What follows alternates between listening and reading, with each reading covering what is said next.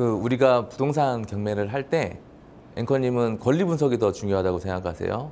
시세 조사가 더 중요하다고 생각하세요? 둘 다 빼놓을 수 없이 중요할 것 같은데요. 네, 맞아요. 그러니까 권리 분석하고 시세 조사하는 거 두 개 다 경매를 할 때 중요한데 권리 분석은 내가 권리 분석을 잘못하게 되면 어떤 권리나 보증금을 추가로 인수를 해야 되는 거니까 권리 분석이 굉장히 중요하고 네. 시세 조사는 내가 가격을 정확히 알아야 입찰가도 정하고 그만큼 수익을 낼 수 있으니까요. 근데 이 시세 조사를 할 때 우리가 어떤 걸 하죠?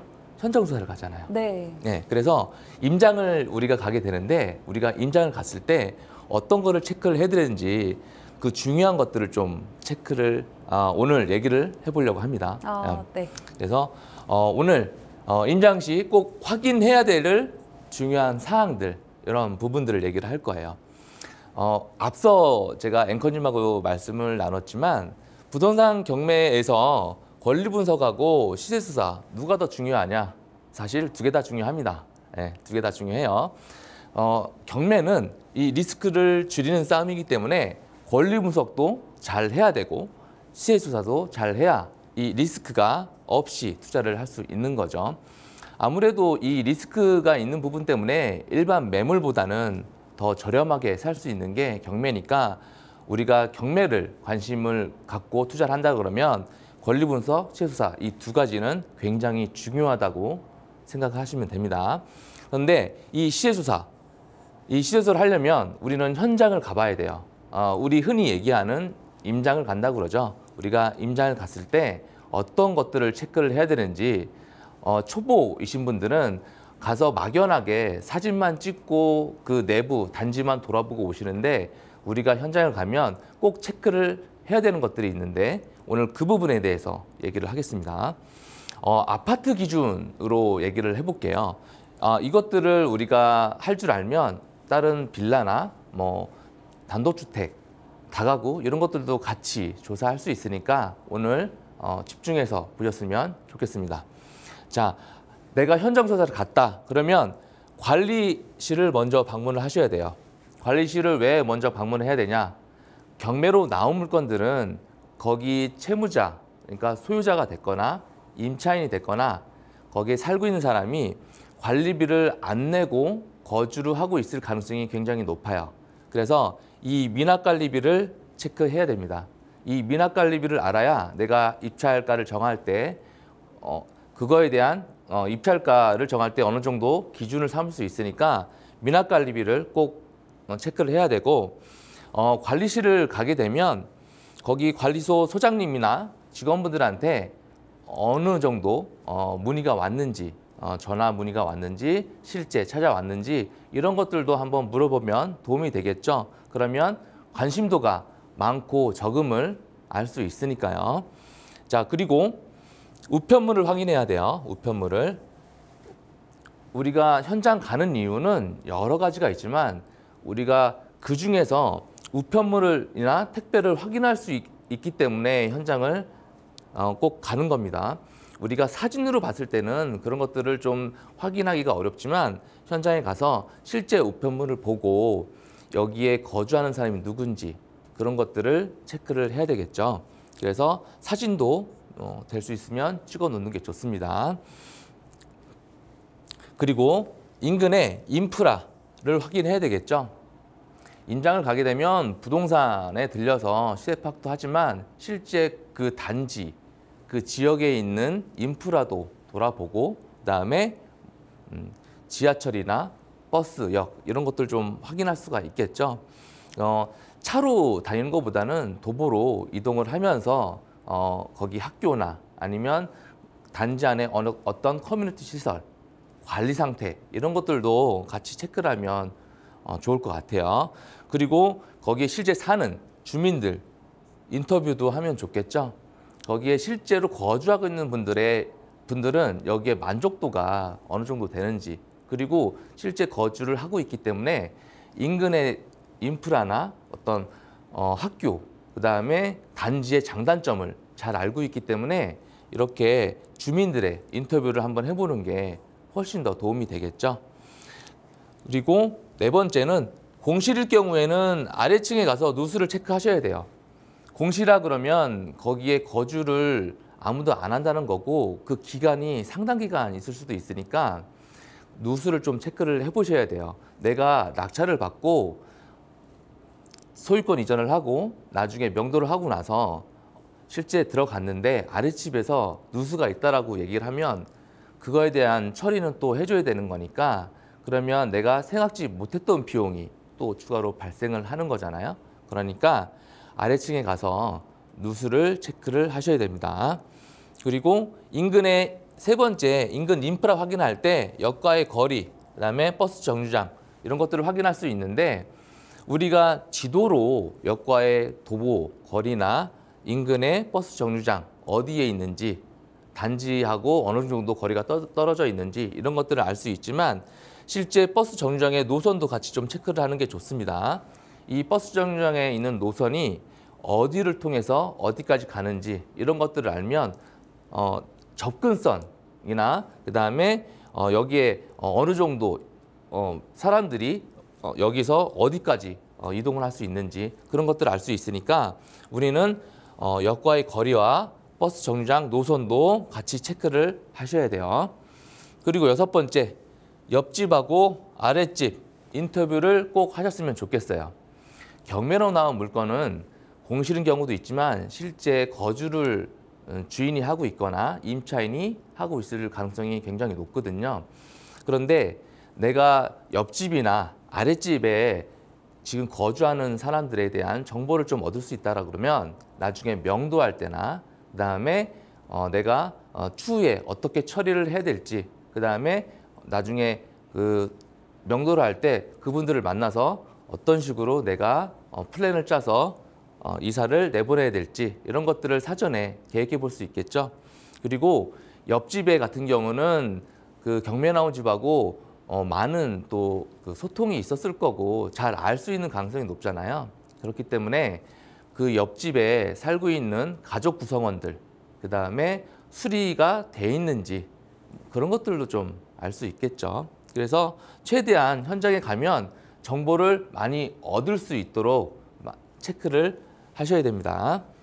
자, 제가 임장을 가면 좀 꼭 체크를 하는 게 있어요. 임장을 가면 제가 꼭 체크를 하는 게 있는데 그게 뭐냐면 이 도어락을 좀 살펴보는 편이에요. 이 도어락.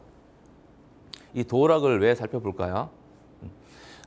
이 도어락이 최근에 교체가 됐다 그러면 이 사진처럼 실제 투자한 물건 중에 경매로 낙찰받은 물건 중에 이런 도어락을 제가 봤었을 때 안에 내부가 다 인테리어가 됐겠구나 유출을 했었고 현장에 가서도 그거를 확인할 수 있었습니다. 자, 그리고 우리가 명도할 때 난이도를 상대적으로 체크를 해볼 수 있어요. 현장에 가면. 그러니까 현장에 갔을 때 대문 앞에 아이들 용품이 있거나 그러니까 유모차나 뭐 조그만 자전거나 이런 게 있으면 아이들하고 거주를 하고 있겠구나 우리가 그렇게 생각해 볼 수 있겠죠. 그런데 만약에 어떤 휠체어가 있거나 목발이 있거나 이러면 거주하고 계시는 분이 몸이 좀 불편하겠구나. 그래서 시간이 좀 걸릴 수 있겠구나. 이렇게 우리가 유추를 해볼 수 있죠. 그래서 기간이 좀 걸릴 수 있기 때문에 명도비가 조금 더 들어갈 수도 있겠다. 이렇게 상대적으로 생각을 해볼 수 있습니다. 그러니까 현장에 갔을 때는 그 내가 낙찰을 받았을 때 여기에 들어가는 어떤 수리비, 그 다음에 명도가 좀 어렵겠다, 수월하게 되겠다, 이 정도 기간이 걸리겠다, 비용은 이 정도로 할 수 있겠구나, 이런 거를 체크를 해볼 수 있는 겁니다.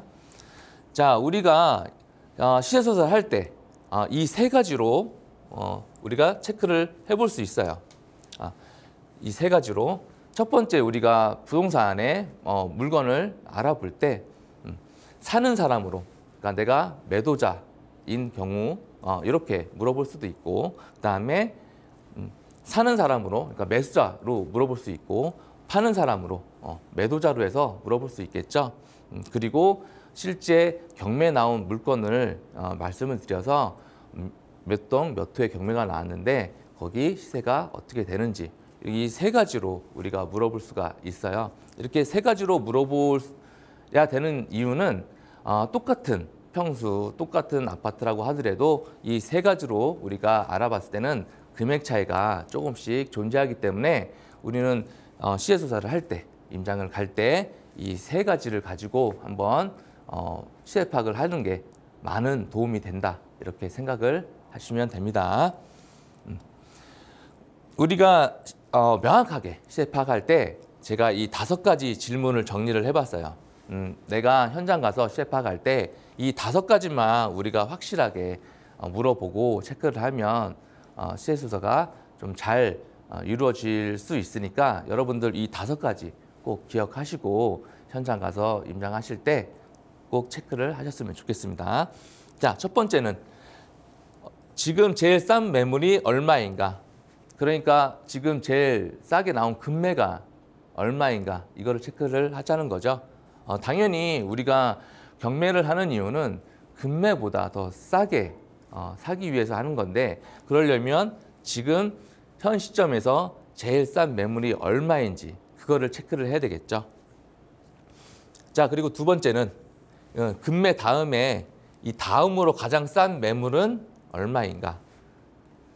우리가 현장에 가면 제일 저렴한 매물이 있고 그 다음 저렴한 매물이 있잖아요. 그러면 제일 저렴한 매물을 우리가 체크를 했으니까 이 제일 저렴한 매물, 그 다음 매물은 얼마인지 그것도 체크를 해야 되겠죠. 그리고 세 번째는 비슷한 조건의 물건이 있는가? 그리고 현재 가격은 얼마인가? 경매 물건 같은 경우는 안에 내부를 보기가 어렵기 때문에 수리가 어느 정도 돼 있는지는 우리가 판단하기가 굉장히 어려워요. 대신 유추는 해볼 수 있겠죠. 소유권을 최근에 취득했다거나 아니면 내가 임장을 가서 조사를 해보니까 수리가 돼 있거나 이런 것들을 내가 알게 된다라고 하면 내가 시세 조사할 때도 수리가 돼 있는 물건들을 체크를 해봐야 되는 거고 소유자나 임차인이 거기 거주한 기간이 굉장히 오래됐다. 그러면 수리가 안 돼 있을 가능성이 높으니까 수리가 안 돼 있는 물건들로 체크를 해봐야 되겠죠. 그렇기 때문에 우리가 물건 나와 있는 게 올 수리 물건으로 체크를 했는데 내가 낙찰받은 물건이 수리가 아무것도 안 돼 있다 그러면 가격 차이가 날 수밖에 없으니까 내가 낙찰을 잘못된 가격으로 받을 수 있는 가능성이 높아지는 거겠죠. 그래서 비슷한 조건에 있는 물건을 꼭 체크를 해야 되고 그 물건이 현재 얼마에 나와 있는지 금액 조정이 되는지 이런 것도 체크를 해봐야 되겠죠. 그리고 네 번째로 저층과 탑층 어느 정도의 거래가 되는지 보통 우리 로얄층이 선호를 하죠. 그래서 저층하고 탑층은 로얄층보다 금액대가 보통 단지별로 조금 차이가 나는데 여기에 수리에 대한 여부에 따라서도 금액 차이가 나겠죠. 그래서 경매 물건이 저층이거나 탑층이면 그에 맞는 층에 따른 물건을 체크를 해봐야 되는 거고 그 다음에 이 단지에 가장 사람들이 선호하는 동이 또 있을 거예요.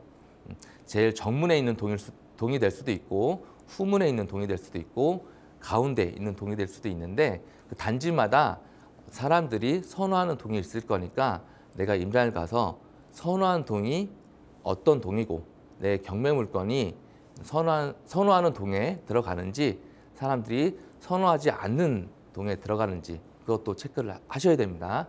그 이유는 가격 차이가 나기 때문에 그래요. 자, 그리고 다섯 번째는 거래가 잘 안 되는 이유, 또 잘 되는 이유가 있겠죠. 요즘 같이 이제 거래가 많이 이제 이루어지지 않고 여러 가지 규제 때문에 이제 가격이 좀 떨어지는 경우도 있죠. 하지만 지역마다 단지마다 다르죠. 그래서 내가 임장을 갔을 때 요즘 거래가 잘 안 된다 그러면 그 이유를 내가 정확하게 파악을 하고 체크를 해야 됩니다. 그래야 내가 나중에 낙찰을 받고 나서도 낙찰을 받기 전에도 내가 계획을 세울 수 있기 때문이에요. 그리고 잘 되는 지역도 있겠죠. 단지도 있을 거고 그러면 왜 거래가 잘 되는지 그 이유도 같이 체크를 하셔야 되겠죠.